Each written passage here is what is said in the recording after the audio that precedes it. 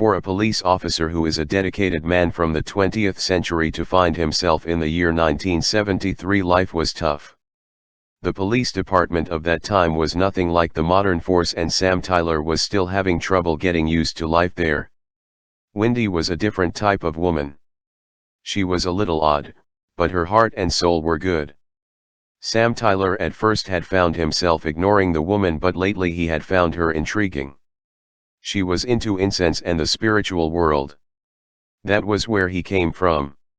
He had never understood how one could be involved in a car accident and be taken back over 30 years. Wendy had never said anything to him, but he was sure that she suspected something was strange about him. Sam went to work on that day. It was a hot summer's day and there had been another murder in the town. The men of the 125th Detective Squad. As Sam winced at the idea of another homicide, he thought of how the men of his precinct were going to act. They were certainly not going to give any suspects a break. He was appalled at the way the men treated suspects and how the lieutenant overlooked the actions of the men. But, it was another time and things were very different here. Some of the things were much better, but some were worse.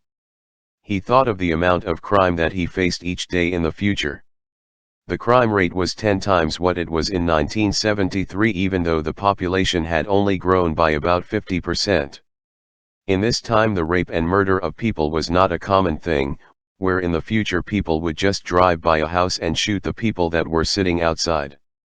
There were many murders, but 90% of them were done when the other person was facing the other.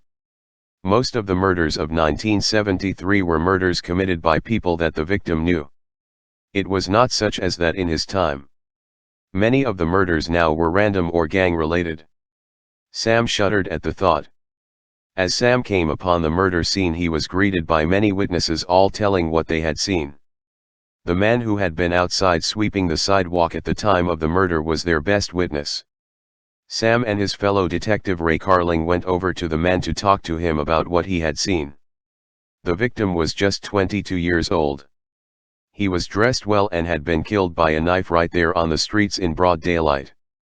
This was not a common occurrence here in 1973.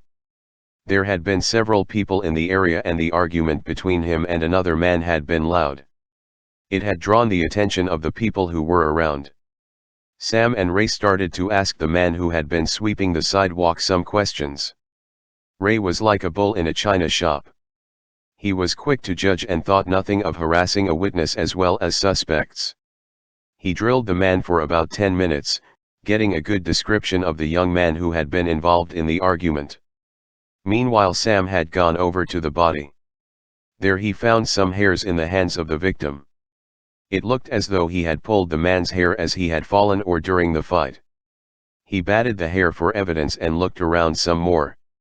The knife that had been used was an everyday knife. The knife could have been found on any man that walked the streets, he was sure. Ray looked over at the strange man who was checking for hairs and things once more. He knew that Sam was good at his job, but what would he want with hairs taken from the victim's hand? Oh well, he thought. Each and every witness had to be questioned and notes had to be thorough. This was before all the police stations had computers, and Sam was going to have to once more ask the guys at the lab to check something out that they weren't really interested in checking. But he knew that this was evidence that could make the difference between the murderer being found guilty or innocent. The day was a long one for the man who was in a time period that he didn't belong in, and it was time for him to go home. As he walked up to his apartment, he saw Wendy once again. He invited her over to his apartment to watch some television with him. Television, it was hard not telling people how the show would end, since he had seen most of the shows on reruns many times.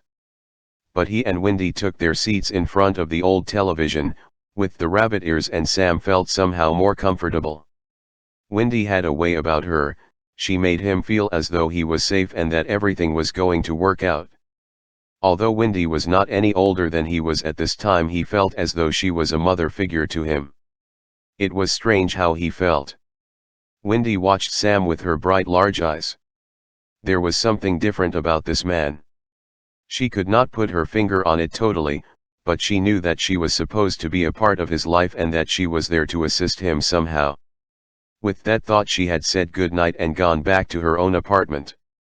Sam watched as Wendy had left his house and sat back to stare once again at the newspaper.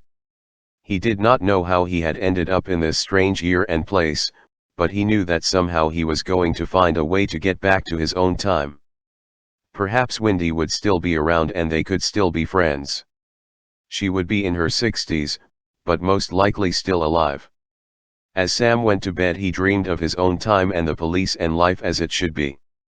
But, when he awoke the next morning he was still in the year 1973. He was off to another day as a detective.